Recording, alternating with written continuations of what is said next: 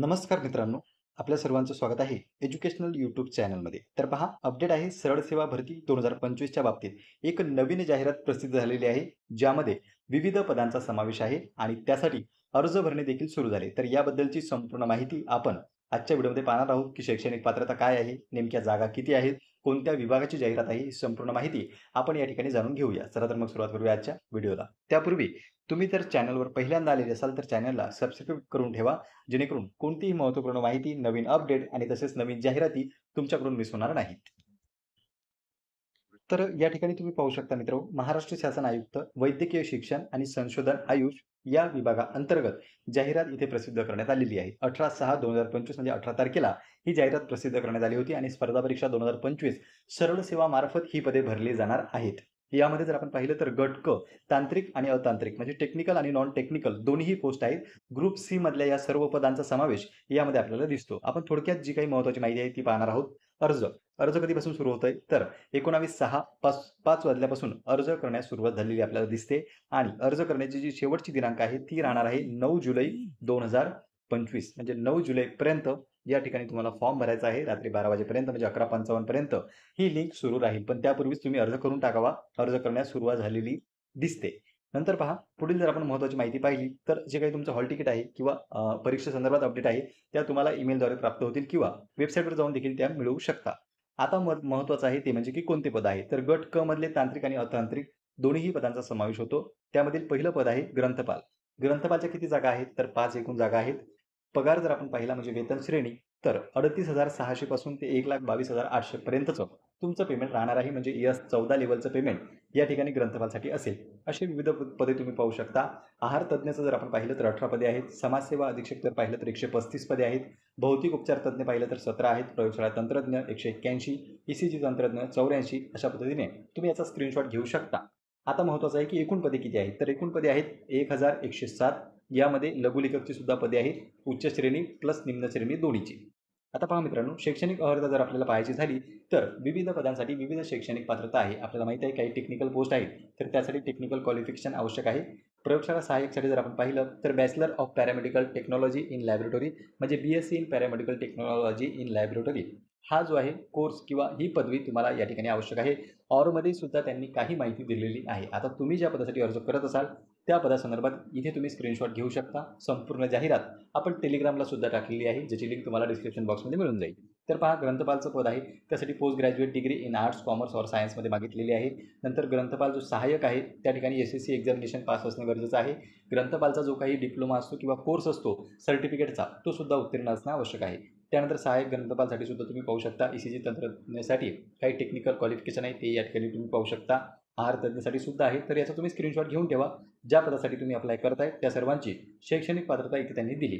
त्यानंतर पहा, आता खाली जर आपण महत्त्वपूर्ण बाबी पाहिल्या तर आहे वयोमर्यादा. सगळ्यात महत्त्वाचं की कोणत्या वयाचे उमेदवार इथे फॉर्म भरू शकतात तर कमीत कमी 18 असणं गरजेचं आहे आणि जास्तीत जास्त 38 वर्षापर्यंत तुम्ही अप्लाय करू शकता.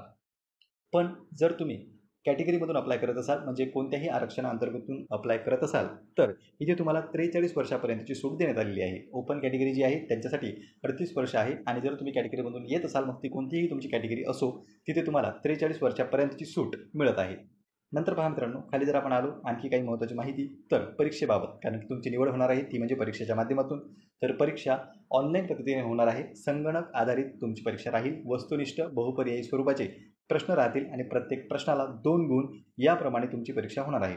खाली तुम्ही पाहू शकता की ज्या पदांसाठी शारीरिक व व्यावसायिक चाचणी घेण्याची आवश्यकता नाही अशा पदांकरिता उमेदवारांची निवड करताना संगणक आधारित म्हणजे ज्या पदांसाठी टेक्निकल किंवा प्रॅक्टिकल टेस्ट आहे ते सोडून बाकीच्या उमेदवारांची निवड ही फक्त पेपर बेस होणार आहे. म्हणजे ऑनलाईन जी तुमची परीक्षा होईल त्या आधारित तुमची निवड होणार आहे. पण टेक्निकल ज्या पोस्ट आहेत तिथे टेक्निकलची टेस्ट होईल.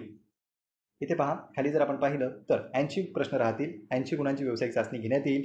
तथापि जे उमेदवार परीक्षेत किमान 45% गुण प्राप्त करतील अशा उमेदवारांनाच व्यावसायिक चाचणी देता येईल. म्हणजे जर तुम्ही टेक्निकल पदासाठी अप्लाय करताय तर 120-80 असा पॅटर्न राहणार आहे.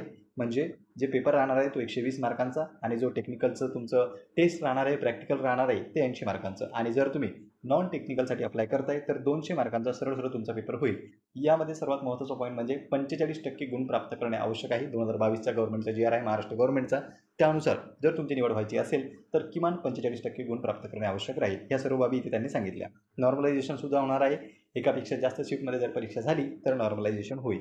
आता पहा, खाली आपण आलेलो आहोत की विषय कोणते आहेत आणि MCQ किती राहतील. मराठीचे 15 MCQ. आता हे कोणासाठी? ज्या टेक्निकल पोस्ट आहेत त्यांच्यासाठी 1 ते 4 विभाग जे आहेत त्यांच्यासाठी. इंग्रजीचे 15 प्रश्न, सामान्य ज्ञानाचे 15 प्रश्न, तर्क आणि अभियोग्यता चाचणीचे 15 प्रश्न. उर्वरित जो आहे तो तांत्रिक अभ्यासक्रम हे राहील. नंतर पहा, पुढे जर आपण पाहिलं तर तेच त्यांनी इंग्लिशमध्ये सांगितलेलं आहे आणि जो काही तुमचा टेक्निकल सिलेबस आहे तोही इथे त्यांनी सांगितला. नंतर पहा मित्रांनो, हा जो आहे तो तुमचा पेपरचं स्वरूप म्हणजे परीक्षेचं स्वरूप कसं राहील त्याची माहिती त्यांनी दिली. ग्रुप A, B, C आणि D अशा पद्धतीने त्याचं विभाजन असणार आहे. 4 प्रश्न मराठीचे, 3 प्रश्न इंग्रजीचे, जनरल नॉलेजचे 4 प्रश्न आणि तार्किक क्षमता म्हणजे बुद्धिमत्ताचे 4 प्रश्न. अशा पद्धतीने तुमचा पेपर पॅटर्न राहणार आहे. प्रत्येक सेक्शनला 15-15 मिनिटाचा वेळ राहील. एकूण 15-15, 30 आणि 30 आणि 30 60 मिनिटांचा कालावधी जे तुम्हाला एका सेक्शनसाठी मिळणार आहे. दुसरं जर व्यावसायिक चाचणी आपण पाहिली तर व्यावसायिक चाचणीमध्येही खाली जो आहे तो त्यांनी पेपर पॅटर्न सांगितलेला आहे. 20-20-20-20 असे 5 प्रश्न राहतील तुमचे. म्हणजे 5 विभागामध्ये प्रश्नांची विभागणी केलेली आहे. त्यानुसार 100 प्रश्नांची परीक्षा तुमची होईल नॉन टेक्निकल पदांसाठी. नंतर पहा मित्रांनो, परीक्षेचे शुल्क. आता पेपर पॅटर्न तर झाला. तुमची निवड कशी होईल? ऑब्जेक्टिव्ह टाईप प्रश्न राहतील. टेक्निकल ज्या पोस्ट आहेत त्या टेक्निकल स्किल टेस्ट राहणार आहे. ज्या नॉन टेक्निकल पोस्ट आहे त्यांचा पेपरवरच निवड होईल. पण फी किती आहे? तर फी आहे ₹1000. जर तुम्ही ओपन कॅटेगरीमधून अप्लाय करत असाल तर ₹1000 फी भरायची आहे आणि जर तुम्ही मागासवर्गीय कॅटेगरीमधून भरत असाल तर ₹900 फी या ठिकाणी भरावी लागेल. सदरची प्रक्रिया जी आहे ती पूर्ण सरळ सेवेमार्फत ज्या या अगोदर ज्या भरत्या झालेल्या आहेत त्याच पद्धतीने राहणार आहे. निवड सूची वगैरे कशी राहणार आहे तर तुमची पेपर होईल. पेपर झाल्याच्यानंतर जी काही लिस्ट लागेल, लिस्ट झाल्यानंतर डॉक्युमेंट व्हेरिफिकेशन होईल आणि नंतर राहणार आहे तुमची फायनल निवड. यामध्ये त्यांनी कागदपत्र असो किंवा कशा पद्धतीने फॉर्म भरायचा, कोणकोणती काळजी तुम्हाला घ्यायची, या सर्व सूचना जाहिरातीमध्ये मेन्शन केलेल्या आहेत. ज्या काही महत्त्वपूर्ण बाबी होत्या त्या आपण पाहिल्या.